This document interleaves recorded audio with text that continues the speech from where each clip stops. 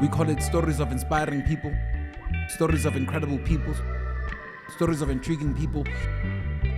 However you want to use the I, but it's SIP.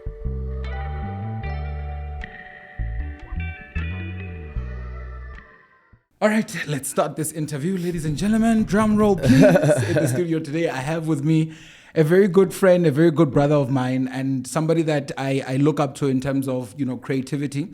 I think he's very driven, very competitive, Yeah. a very passionate musician, by that. And I've had the pleasure of kind of like seeing your journey from different perspectives, And one conversation that I have with people when they tell me, yeah, that troublesome friend of yours, I'm always like, the one thing that I admire or that I find very special about your connection with music is the fact that from the time that you are playing at small clubs like in Bloemfontein, you have always been a person that has a following. I think there's a guy now, he's late. He used to sell weed and dance a lot at Kitchen and Clubhouse. I can't remember his name. Mahlomol. Yeah. And Mahlomol would be dancing next to you, and there would be a crowd of people that are listening to you mix. And I think that was a very special time, maybe for you as a DJ. I don't want to start up with family and stuff like that. I want to get into that specific time. How important was that, small tavern competition for you as a DJ, where you got to compete, where you're not being paid or where you're paid next to nothing? So at the time, some of the times I speak to like students, right? And you get to like ask, so when you some people would have no idea. So I had that same thing, and it's not like really like a problem. Everyone has got different journeys and we set different goals. So the time when you speak about the competitiveness or the space that I was in at the time, I didn't know where I was going with it. I was just driven. I looked at people around me. I remember you were still in school at the time. Yeah, I was still in school. You used to like walk all over the place. I used to see like you never like walking, chilling. It was always with a purpose. You was always in a hurry. Yeah. I used to see you as a guy who was always in a hurry. And so a lot of things was happening at that time around me. Yeah. There was a Nigerian guy who took me in at his tavern, in Small Street. And there's always like that element of loyalty when you're with like clubs in one street. You're not supposed to be that side. You must stay here. So it kind of restricted you know, in terms of growth. But there was a ceiling that I had hit. Right, playing at one place, same audience every day. You pack the sound and you even put it away. All those things, it became like a monotonous activity in my life where I felt stuck. I had to like fight with this guy so that he lets me go. So change sometimes is not good. The saying when people say change is not good, sometimes for a relationship. No. It's always good change, but for a specific relationship where people have set and are comfortable with what they want with you and the arrangement they have. So when you now change to be a bigger person, remember you need to leave that behind.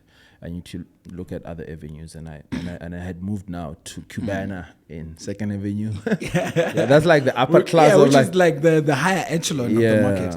And like, earlier on I spoke about competition. Yeah. For somebody who doesn't understand the DJing scene in Bloemfontein at that time, and places like Cubana being fought for, you want to be a resident DJ there.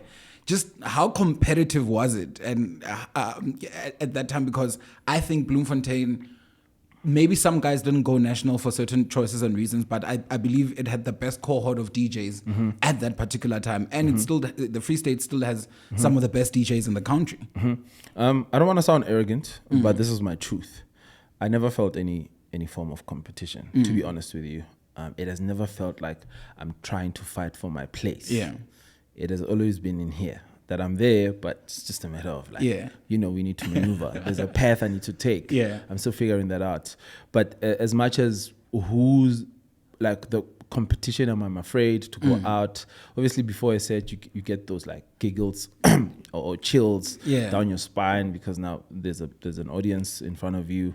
But I've never had any competition, so I can't say anything about competition. About competition. Yeah. So then, I think you put a lot of time and a lot of hours in DJing. One thing that I've seen about you is you are not afraid to be stupid in experiences. Like you have this courage of starting something, whether you know it, whether you don't know it. You'll ask the people that know it. Yeah. You'll bring the people around you that know much better than you. So now, then there is the music side where you are just a DJ, not really producing. Then you transition into production. Do you still remember your first song? And what shifted the mood from you being a DJ into somebody now who produces on a regular basis? Yeah, in most cases, all the musicians that I've spoken to, and even the people that I see, you kind of like have to start with the DJing.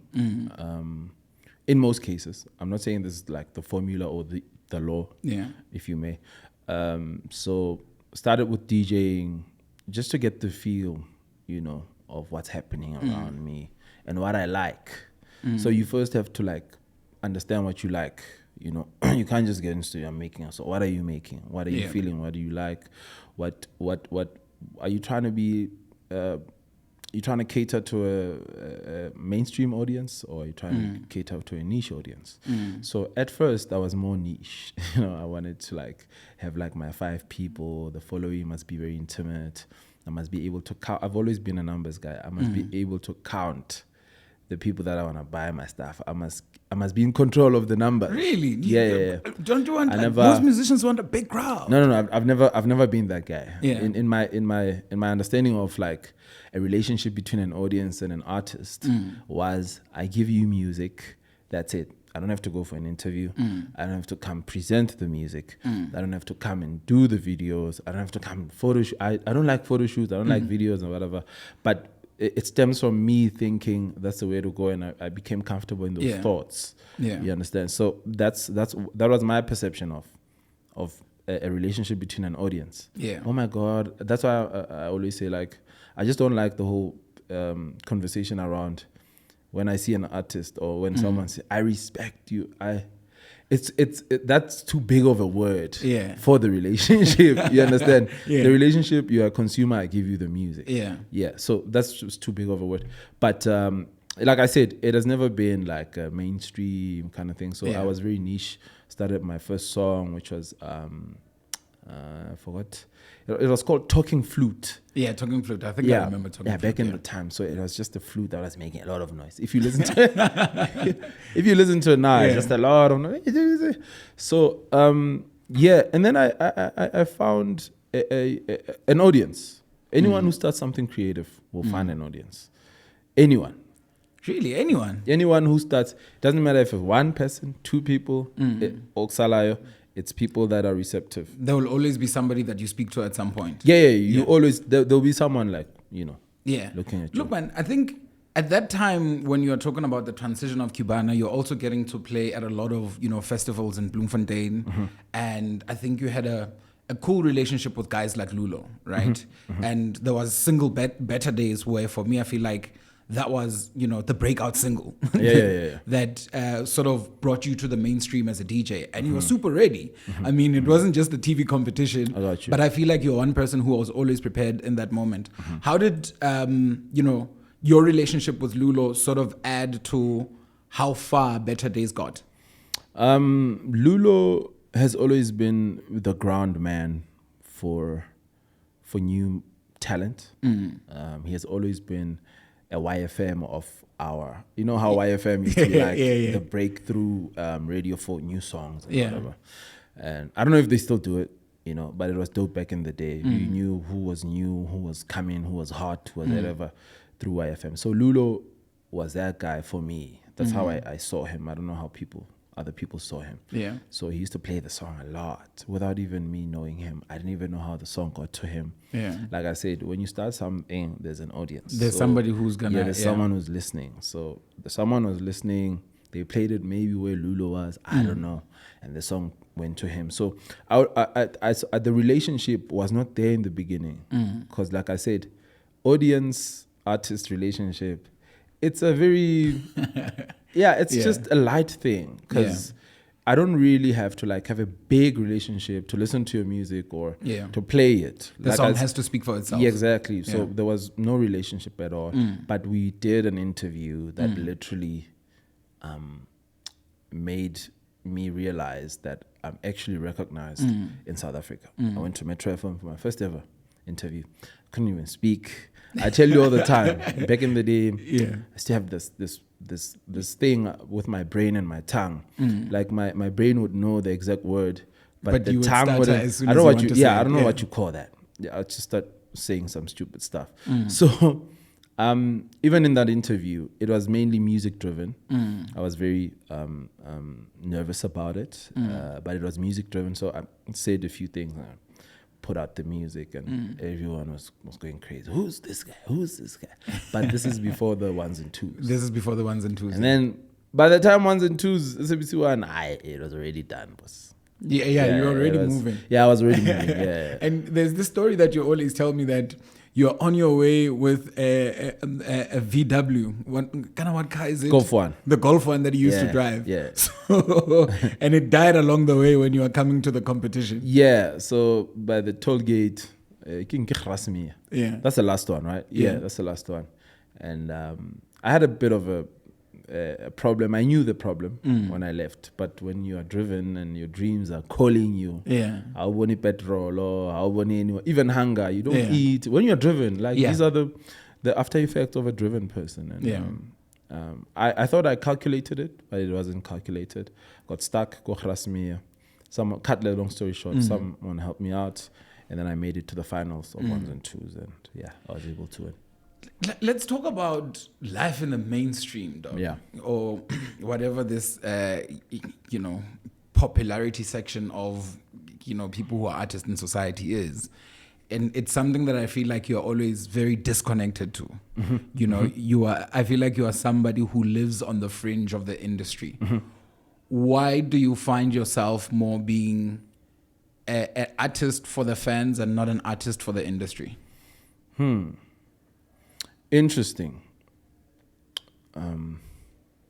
It's a very a personal villain story. When you come from a certain place into a specific place and you dominate without any form of acknowledgement from the people that are running the place. Yeah, or the circles. I'm trying very hard. Sometimes I send you WhatsApps and I'm like, yo, give me a statement. But don't be too rough. So I'm trying very hard to be politically understandable. So when you get from a place as a villain into a specific area where this thing that you're doing is the cream of the top, like it's everyone that's doing it like the best in the world, or in their respective fields in that specific country, which is South Africa and Johannesburg. It's very personal because you really get to certain places where you undeniable, right? They can't deny you, but at the same time, they can't approve you because you don't drink champagne with them. Yeah, they can't approve you. Yeah. You understand what I mean? So I've always been disconnected for that very same reason. Like, why do I owe you a friendship for you to acknowledge what I do? You understand? I don't have to owe you something. I tell people all the time, even when someone comes to me and says, yo, man, I think black coffee is the best in the world. I'm like, yeah. He's dope. He's amazing. He's the best in the world. Yeah. But my opinion or maybe my dislike or whatever him and I had on Twitter or whatever the case shouldn't blur out his achievements. You understand what I mean? Yeah. So just like I say, as a villain coming into a big city and you're taking over, it shouldn't require friendship. For you to be able to for people to say, to call you out and say you're dope. Yeah. You shouldn't be like sucking up, So I've always been disconnected. It's not from an arrogant place. It's just for the sake of my peace, because I'm not really about that friendship because of. Just and because. And generally, I think in life, you're not a huge entourage person. You are with people that you are with for the time that you are with, for the reasons that you are with. I got you. I want to talk about this thing that is the concept of fame, right? Because I see a lot of musicians, you know, I have the pleasure of working with and meeting a lot of young musicians, whether through television, radio, or other advertising stuff that I do, where I feel like people are often not prepared for the reality of what it is to be famous, you know? When I used to manage you, I would get texts from people like, please tell Prince Kaybee to help my mom pay for a house. Please tell Prince Kaybee to help me pay for school. So for some people, it's just temptation, you know. Oh, I love Prince Kaybee. I think he's cute. I want to have him. You know, so how do you deal with, you know, you being you and truly having your personality and the energy and sort of, you know, I don't want to say pressure, but all the factors that fame comes with, and still being yourself in all of that noise? To really like be honest with you, and to circumvent the whole fame, your audience. I feel like it's two different things. It's not just one thing. It's fame, yeah, that's it. No. It's just a bit more complicated than that. It's a fame. It's where you come from. It's your personality. It's the people that are around you at that They're still time. who you want to be. Yeah. You know, and it's the people that you're changing from, like that Nigerian guy. Yeah. So there's people behind you that are like, oh, so pop. But there's people in front of you. Yeah, you're doing good. You're doing amazing. The temptations, the women, So, and then there's fame. Now, there's fame where you get into a restaurant, and like two guys could get into a restaurant, a famous one and a rich one. The famous one is the more powerful one. Yeah. Because as soon as we get into a restaurant, the famous one is going to get all the attention because we don't know the bank balances. They are not visible. Yeah. Right.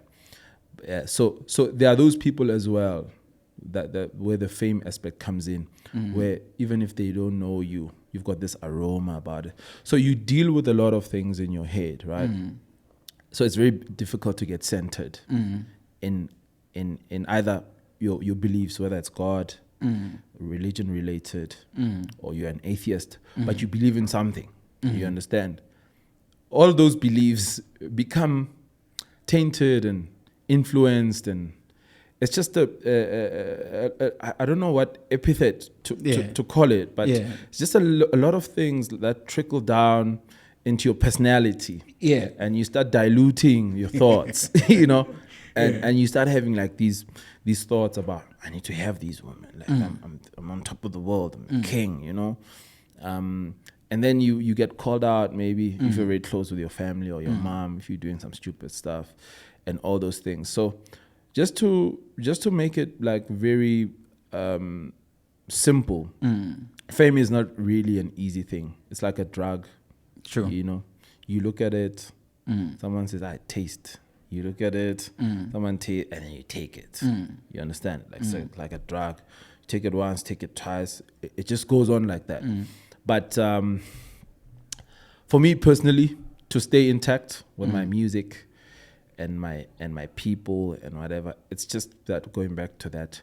Let me stay away from the who knows what of the industry. Yeah. Let me be in my corner, right? So that I can just stay away from a lot of like stuff. Yeah.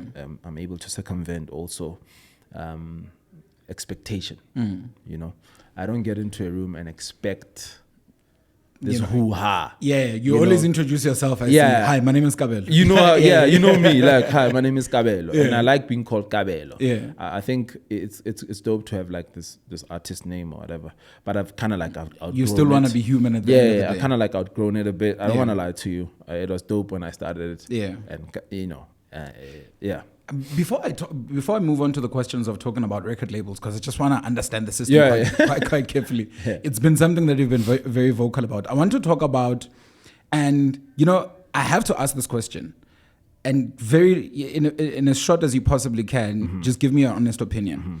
Do you feel like as a DJ coming into the industry, especially if you're a young man, you know, of certain looks, of certain physical physique, just like we would say female artists get taken advantage of sexually and otherwise, do you feel like young male artists who have a certain look that's likable to the public are also sexually exploited in the industry?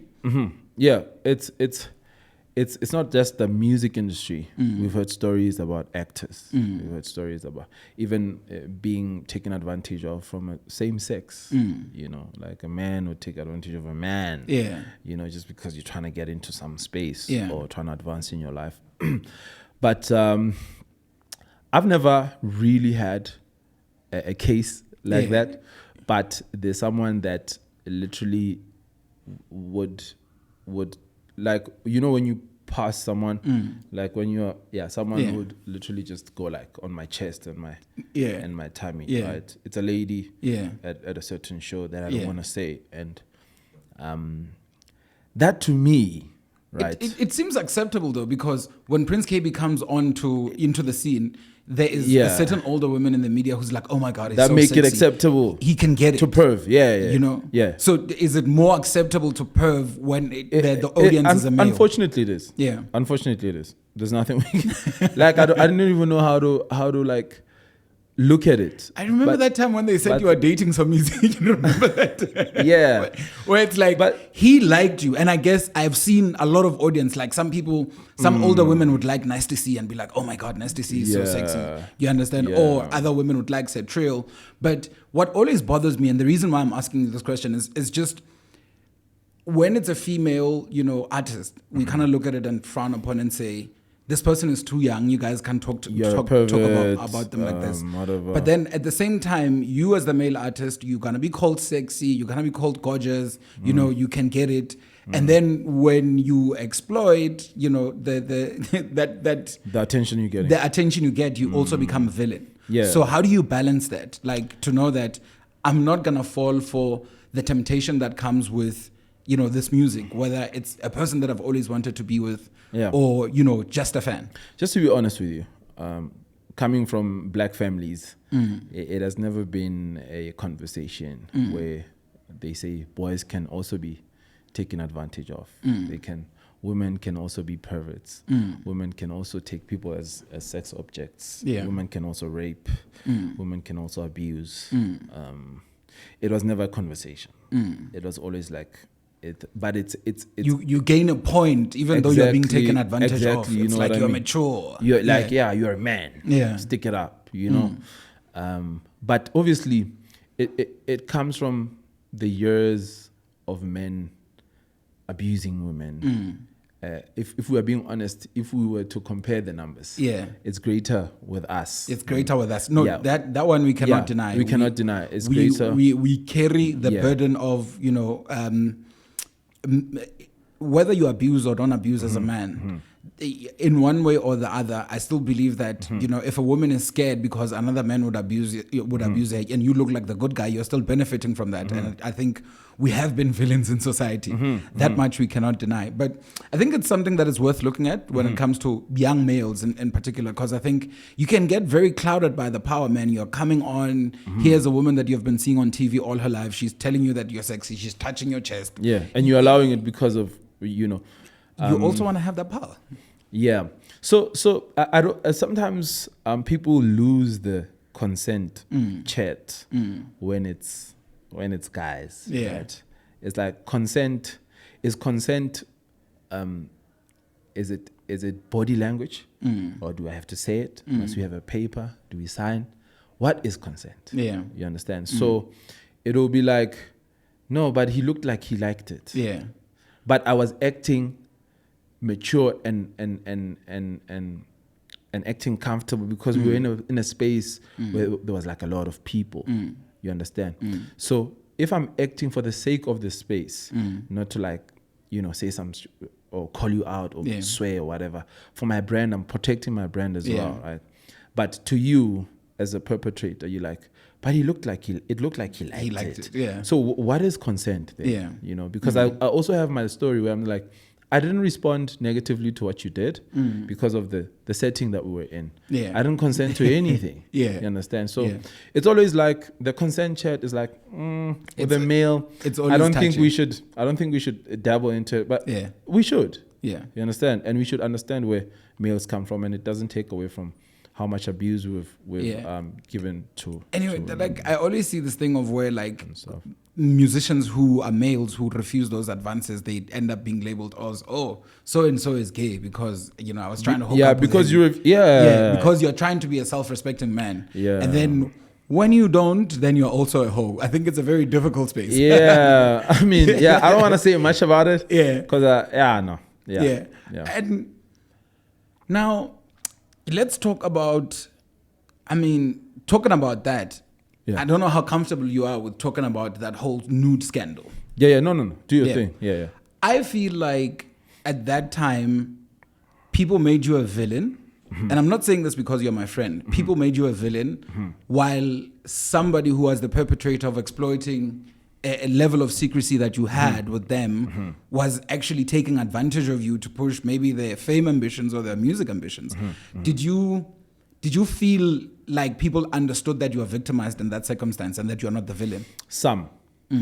Some people felt it was uncalled for. Anything that happens in privacy, it's a form of a verbal contract. Yeah, it's not like on paper or whatever, but verbally, if I trust you or something like that, it's a verbal contract, And some people felt it was a bit too messy for the lady to do that. Some people were like, he deserved it. You understand? So it was two different scenarios. Camps. But me and my character on Twitter, I'm a loud mouth and whatever. So I'll catch the heat. Yeah. In most instances where people are waiting. Yeah, the 75% or the 80% of the people are like, he deserves it. But there was like those very motherly approach people that had even personal texts in the DMs and some, listen, this is happening. One of the I think one of the I cannot stress this enough, and I don't think I've told a lot of people, but I say it internally. One of the things that actually stood out for me is, I forgot the guy's name. He's gay actually. He's from Botswana. Homie said to me, listen, I'm worried about what this is gonna do for my well-being. Not my well-being, his well-being. You understand?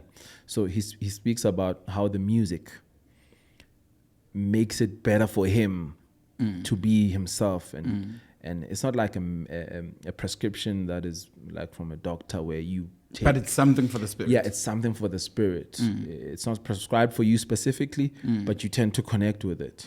But in his message, he said, if this messes you up, my life is going to be messed up. You understand? Because you saved me from quite a lot of things in my life where I would take sleeping pills and just like want to rest, but in the background there'll always be like your music, and I watched your story and whatever. So please, this must not happen. Because I went in a bit of a shell when that thing broke out. Were you angry? Not really at the person. I was angry at myself, because in the first place, that was not supposed to happen. Yeah. You understand? So I was angry at myself, yes, but not at people that are coming at me. I feel like I've got the most rough skin. Yeah. A crocodile has got nothing on me. You've been through a lot. You understand what I mean? Yeah. Yeah. So for me, that was just a lot of noise. Yeah. But internally, in terms of my employees, my family, friends, you people and whatever, I when that broke out, immediately that thing came out, I saw pictures of everyone in my head. Everyone. Because I know your sad face, I know your happy face. I can imagine it. Yeah. Right? So I imagined those faces. It literally shut me out. And I was just down for like a week, thinking about how am I going to circumvent the conversation when I go to work, when I go home, when I look at my friends, my family, close or late, not late. How do you say it? Yeah, like people that are not extended family, extended, and so there was a bit of a like change of mannerism in my approach to life, generally.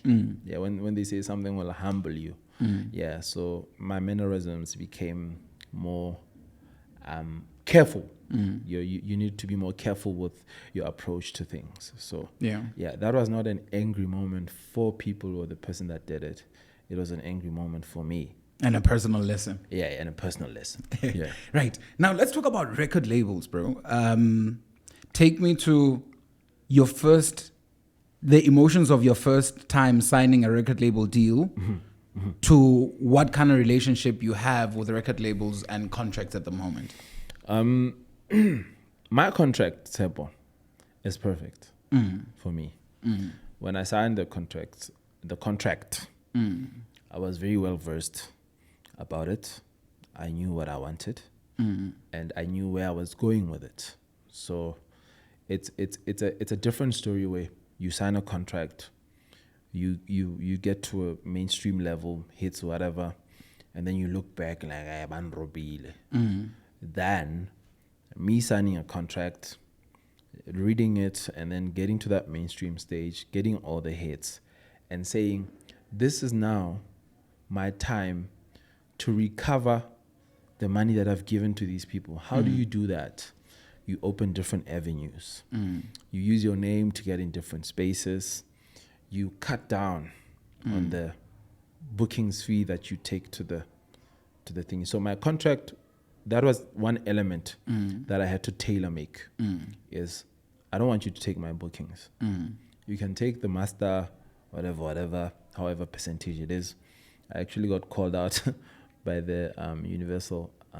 Sipo is my friend also. Yeah. I was like, nah, stop sharing like the intricate stuff. Like, don't go too much into detail. Yeah. So I'm trying to avoid that. So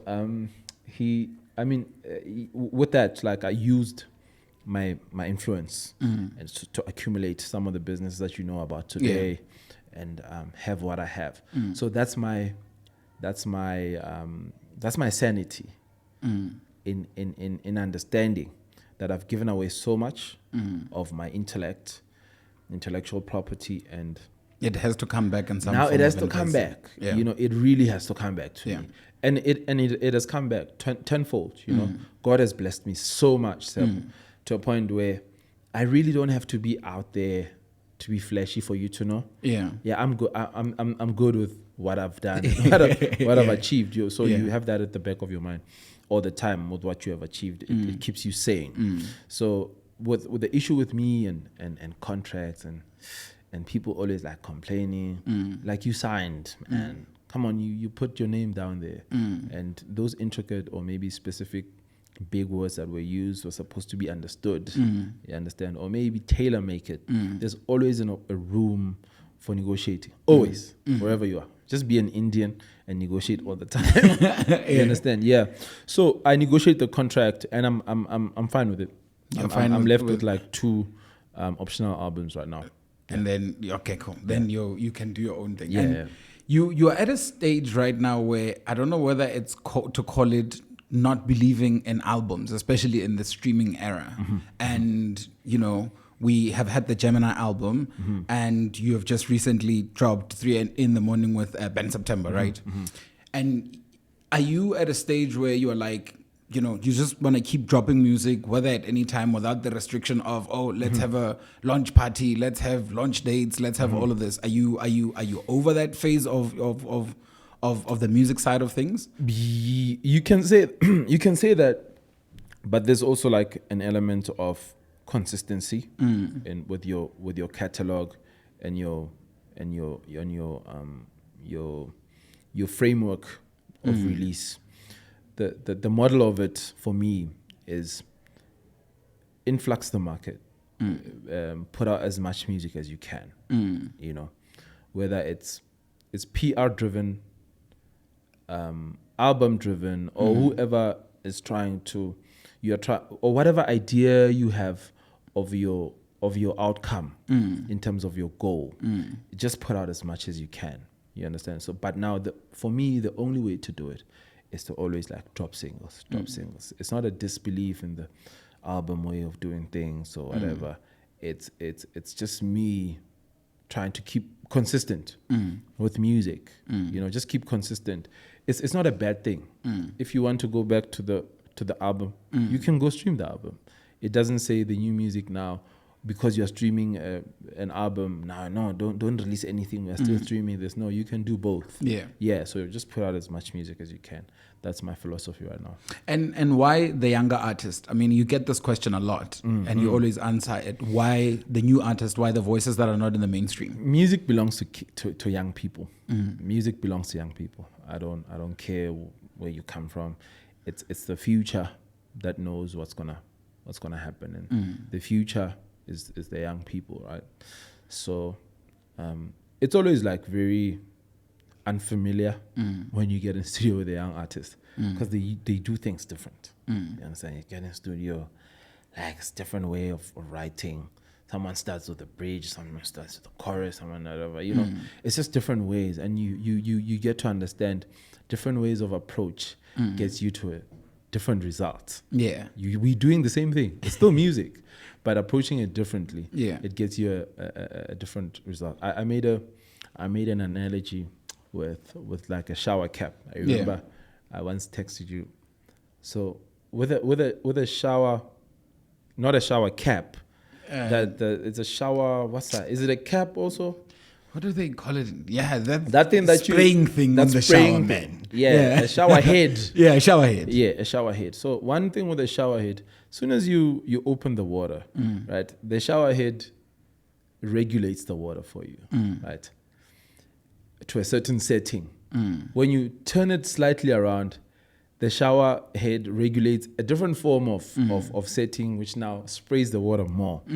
But that doesn't mean the water is more. Yeah. It's still the same outcome. It just changed the pressure level in one way. No, it's still the same pressure. Yeah. But it doesn't really change the pressures. And like you went to the tap and you had more to open up to open to. But it's just the shower cap just regulates. It's still the same pressure, you know. So in a song, you just regulate how you approach.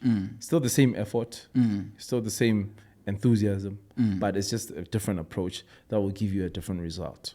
So people always, when they say, no, I need a plan B, I need to change, they always want to go to the root. It's kind of a problem for me. You know, when you go back to the root, it's like you're going to have like a lot more time to dabble into your change and how you approach things, which is going to take longer, right? If you stick to the same route, the same vision, you are not wrong for wanting to be number one in the world. You're not wrong. Stick to that. Just change in the middle of the approach. Turn the shower head a bit. See if the spray is more. Yeah. Turn it again. See if it suits you. So that's how. So the young artist brings then the diversity. They bring all that in, and then it's a different approach of.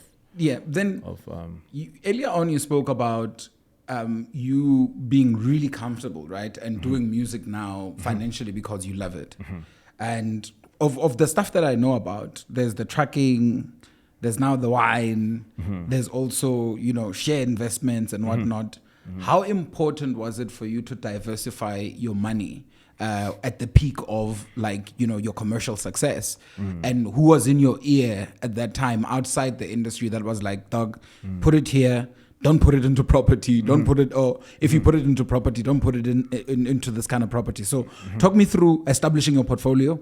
Why was that needed for you, and the person that inspired you to establish the business portfolio? The truth of it is, I've never been a flashy guy. I've never really been a Gucci, LV, D&G, whatever, these big labels. So I ended up having a lot of money to spare. You understand? Because I never really had or tried to spend it on these things. For the first time ever in my life, I think it was 6 years into my career. That's the first time I went to Diamond Walk in Joburg. That was 6 years into my career. This is like me now having started everything that I've done. So it's mainly based on the amount of change that I had. I just had a lot of change, from also learning that when you have a booking, if the booking right now is, we are in August, right? If the booking is in September, end September, you don't use that money until you've done the booking, because bookings, they pay you way ahead. So it's your future money. So if it's your future investment, if you spend it now, you're going to go there on the deficit. When you get to the gig, you don't have the money. So it has always been taught to me, if you have a gig and they pay you before, chill with the money. The time you get to the gig, another one is paid. You haven't spent that one. The time you get to the other one, another one is paid. So I ended up with a lot of change. Like a lot of change. Nice change. You understand? Yeah. So I was like, hey, this change is too much now. You know, I need to put this somewhere. But it was never go to LV, go whatever. And then I was like, let's change. Let me put it to somewhere where there's a return on investment. There's a guy called Lintwe in Bloom. I'm gonna tell you, but I think you know him. He started the truck thing way before us. He sold me an old truck. The yellow one. The yellow one. Yeah. Yes. Sold me that thing, and I started with that thing. Yeah. You know, he sold it to me at like 600 and something thousand. You know, that was like the change that I had at the time. It's like, my G, I only have 600. Give me the truck without the trailer or whatever. Just give me the horse. I'll see what I can do with it. And then he gave me that, and I've never looked back. Yeah. Hey, man, there's just like, and you know, this whole vibe of like, you spoke about it recently, of now when you look back to say, there are so many musicians who are unfortunately losing their way of life or the comfort that they have built through music. You've spoken about it recently, that you are worried about the number of musicians that are losing their homes, that are losing their cars, who are losing their ability to protect and provide for their families. Why does that, you know, sort of concern you so much? It concerns me a lot because I don't think anyone in the world, especially having tasted success, would want to go back to where they were. Psychologically, that's very draining. It's bad for the people that you're responsible for. It's not only you in the picture. Remember, when you start being an entertainer, you hire quite a lot of people in the creative space, a space where people think these are not real jobs. Yeah. My mom used to, music, please. You understand? So people consider this as not so, like, it's not like a real thing to have. Yeah. You know? So when you, it's so personal to me because when you die at the end of the road of your success, everything else dies with you. All the people that you have taken with, whether that's from the hood, your mom or somewhere, you've taken her into a better space where it's now more affordability becomes higher, and the cost of living is just. And it's not necessarily the regular spending. It's just you take the people that you have always loved to the level that you want. You invest in people that supported you. We always cast the shadow to say when so-and-so is broke, it's because celebrities spend too much money. But do you think we as society appreciate the amount of people that you guys have to uplift? Because I think you're also paying generational debts, right? When you come through and make it through your art. Like, do you think we appreciate just how many people that you as a musician have to bring along, whether from work or family? No one really talks about it when you're in the papers and your house has been taken. So it's not appreciated. No one talks about it. You know, I don't like being called out for things the good deeds that I've done, because sometimes they turn sour, you know, and now you have to account and now have an explanation for stuff that, you know, in the beginning, it was from a good heart. We had an incident with a lady, may her soul rest in peace, that had a breathing machine that was broken. She asked us to help her out. We gave her the money. And then she came back to say, no, I actually need a new one. You know, the media is now calling me, now you must buy me a new one. But you asked for your machine to be for an fixed. upgrade. Yeah. Yes. And then it got fixed. So I don't know where the idea of a new one comes from. And I don't know why you're trying to smear me with this thing of me, of this narrative that I couldn't help you out, but I did. I did what you asked. So I don't want to be always attached to the things that I've done that are good. I do it and sometimes I forget. I bump into someone, hey, but you paid for my matric. Huh? When? Oh, yeah. And then he shows me his inboxes and whatever. And that's dope. But I don't hang on to that. So with artists being repossessed, artist belongings being repossessed and whatever, none of the things that you've done will be a conversation. It's never a conversation. Because imagine if it was a conversation, you've helped someone that is today a millionaire. If that was a conversation, that person will be able to pick up the phone, say, yo, today it's my turn to help you out. Here's some cash. And that's very profound, man. I think MC Hammer in one of his interviews said something of the similar. They said, dude, at some point you had $80 million, you were selling thousands of records, you had all types of deals, but you went broke. And he said, well, I went broke because there was just my family and there was a group of my friends and there was a change that I saw that I wanted to make in my community. And I've put a lot of money into that, but people only talk about me losing money, but they do not look at the lives that I had to upgrade, the donations that I make. So which is, I guess, the unfortunate part of the music where, it's almost like you guys are becoming politicians now, where people are demanding, things where that are supposed to be part of service delivery from you guys as musicians, like help me build my family home, or tell the politicians to fix our potholes. Do you feel that social pressure, especially in South Africa, where political leadership somewhere is collapsing and there's a responsibility that is placed on you guys as people who are in the public eye? There is. People look up to us, kids, even people, my peers, and they source some level of inspiration from what you do. So if you're going to fail in what you do, it's a reflection on the people that are looking at it. They're like, "Ish, Tia, should I still do this thing or not?" You know what I mean? It's very it's a lot of pressure, right? But people will look up to artists. There's an incident that happened when we were having the floods in Durban, right? So 150,000 was needed to build. So there's a wall, forgot what it's called, man. There's a wall when a house is on top. So there's like a wall thing. Well, that absorbs water. So that the water doesn't stay where the house is. It's like some form of an embankment that blocks the soil from eroding. So 150K was needed, and I plugged into that. Took my own money. I was like, here's 150. Do what you gotta do, because I was there physically. Like I feel like I always tell people, if you're not there physically, you don't understand the struggle.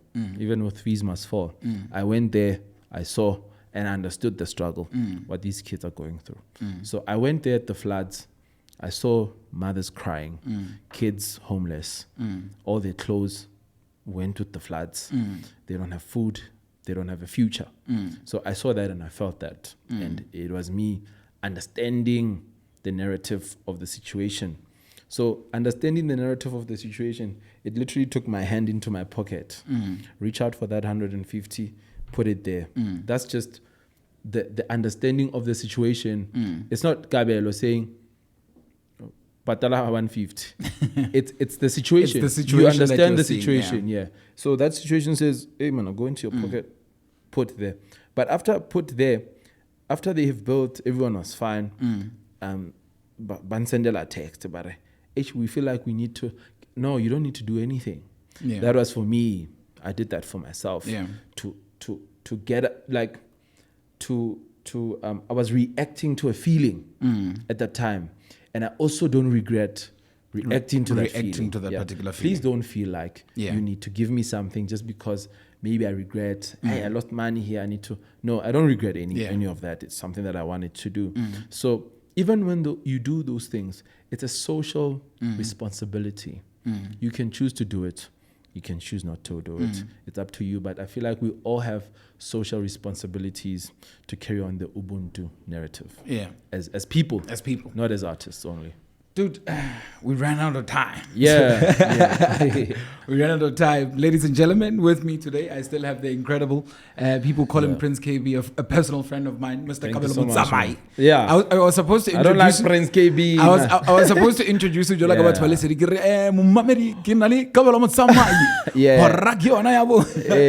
just... Because you come from a radio background. Yeah, I come from a radio background.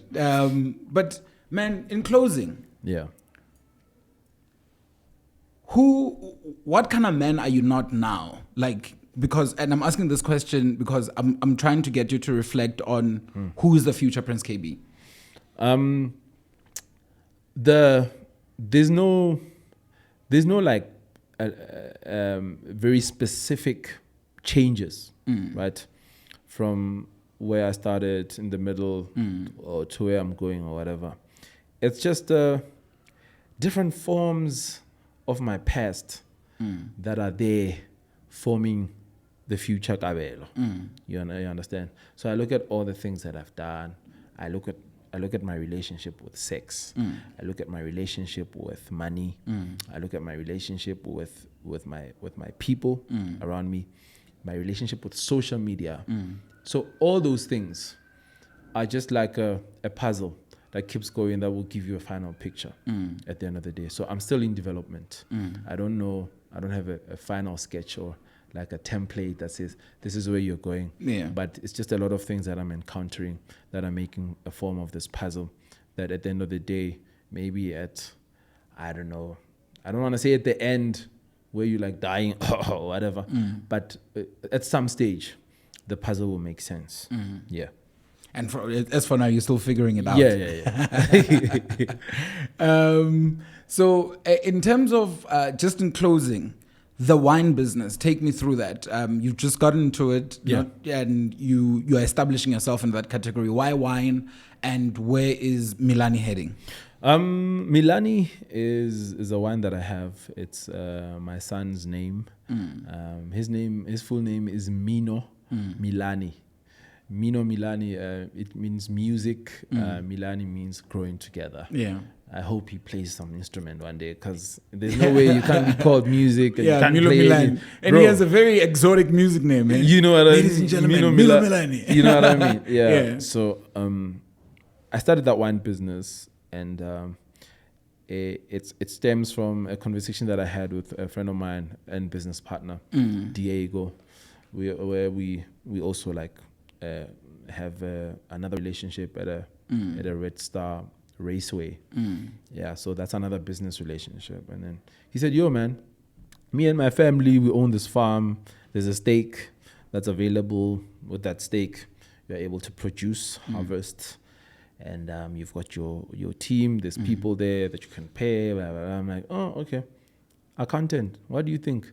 No, it's not a good idea, because it's very hard to get in. I didn't listen. I was like, yo man, I need to do this. I went back to Diego. Diego was like, okay, cool. Here's what you need to do. Here's the steak. I'm not gonna say how much it was. Bought the steak. Now we're producing the wine, right? And it's a very niche wine. I don't want to go mainstream or commercial.